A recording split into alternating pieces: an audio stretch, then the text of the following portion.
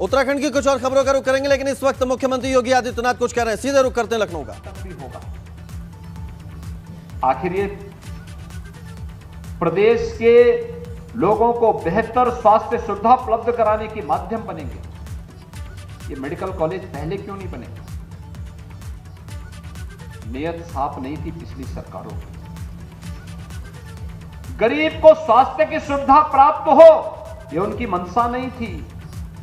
5 लाख रुपए का स्वास्थ्य बीमा का कवर हर गरीब को क्यों नहीं मिल सकता था पहले? उनको चिंता नहीं थी। गरीबों को फ्री में राशन मिले, ये उनकी चिंता नहीं थी।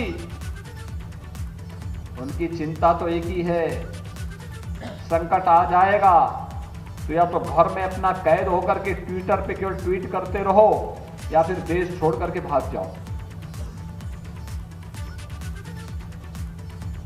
जब जो आपके संकट में खड़ा नहीं हो सकता, समाज के हित के लिए योजना नहीं बना सकता, तो फिर समाज को भी उसको एक सिरे से ठुकरा देना चाहिए। जब किसी लायक नहीं होगा जो हमारे हित में काम करेगा। कोरोना के समय या तो सरकार खड़ी थी आपके साथ या फिर भारतीय जनता पार्टी का कार्यकर्ता खड़ा था आपके साथ। कोरोना के दौरान सपा हो, कांग्रेस हो, ये सभी लोग दुष्प्रचार कर रहे थे। कहते थे कोरोना का वैक्सीन नहीं लगाना चाहिए। कितना गैर जिम्मेदाराना रवैया था। यानी इस महामारी से जो सबसे कारगर उपाय था, पहले बचाओ, मास्क लगाना, सोशल डिस्टेंसिंग का पालन करना, सुरक्षा कवच के लिए वैक्सीन लेना, इसको ये लोग पालन नहीं करते, विरोध करते। कहते थे वैक्सीन तो मोदी वैक्सीन है, कहते थे वैक्सीन तो बीजेपी का वैक्सीन है। अरे इसी वैक्सीन से भारत कोरोना जैसी महामारी से बचा है, अन्यथा दुनिया के अंदर बड़े बड़े देश, भारत से मजबूत देश, क्या हालत हो गई, पूरा देश लेट गया। अमेरिका दुनिया की सबसे बड़ी ताकत, भारत की आबादी का 1/4 आबादी है अमेरिका की। और भाइयों बहनों, अमेरिका के अंदर इस बीमारी से भारत में जितनी मौतें हुई उससे 1.5 गुना ज्यादा मौतें हुई, यानी आबादी भारत की 1/4,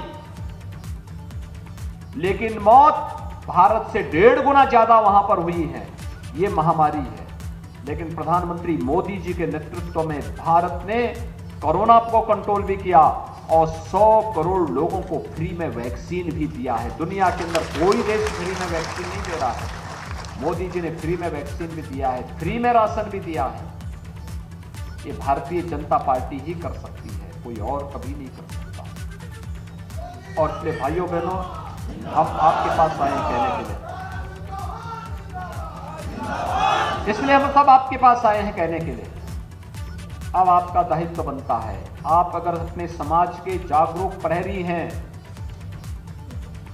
प्रबुद्ध हैं, उस समाज को लीड करते, नेतृत्व कर देते हैं, तो एक एक घर में जाकर के बताने की आवश्यकता है कि भारतीय जनता पार्टी क्यों आवश्यक है। भारतीय जनता पार्टी देश को भी, प्रदेश को भी सुरक्षा का बेहतर माहौल देती है। बिना भेदभाव के शासन की योजनाएं देती है, बिना भेदभाव के नौकरी और रोजगार भी देती है, बिना भेदभाव के गरीब कल्याण की योजनाओं के साथ भी जोड़ती है।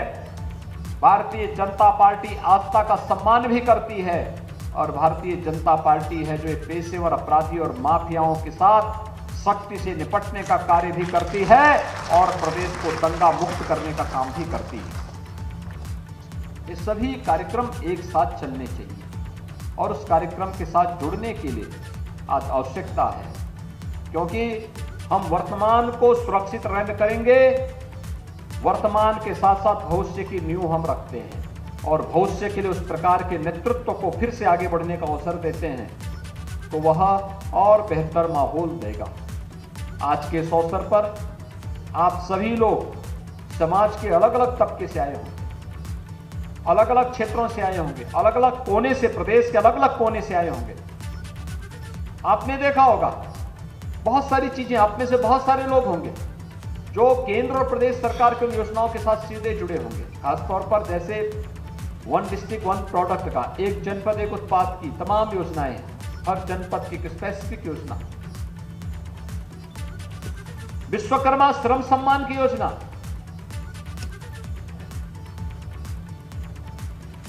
यानी ये तमाम प्रकार की ऐसी योजनाएं हैं जो योजनाएं हम सबको जोड़ती हैं, समाज के अलग अलग तबके को आगे बढ़ाने का कार्य करती है, समाज के सम्मान और स्वावलंबन की ओर अग्रसर करती है। इस सभी अभियान के साथ हम मिलजुल करके कार्य कर पाएंगे, इस विश्वास के साथ आप सभी प्रदेश के कोने कोने से आज यहां पर आकर के सामाजिक प्रतिनिधि सम्मेलन में उपस्थित हुए हैं।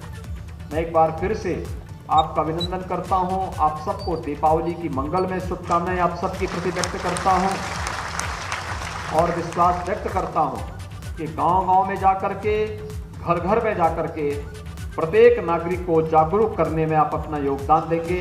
इस विश्वास के साथ आप सबके प्रति हृदय से मेरी शुभकामनाएं।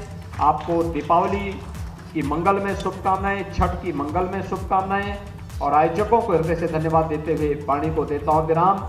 जय जय श्री राम।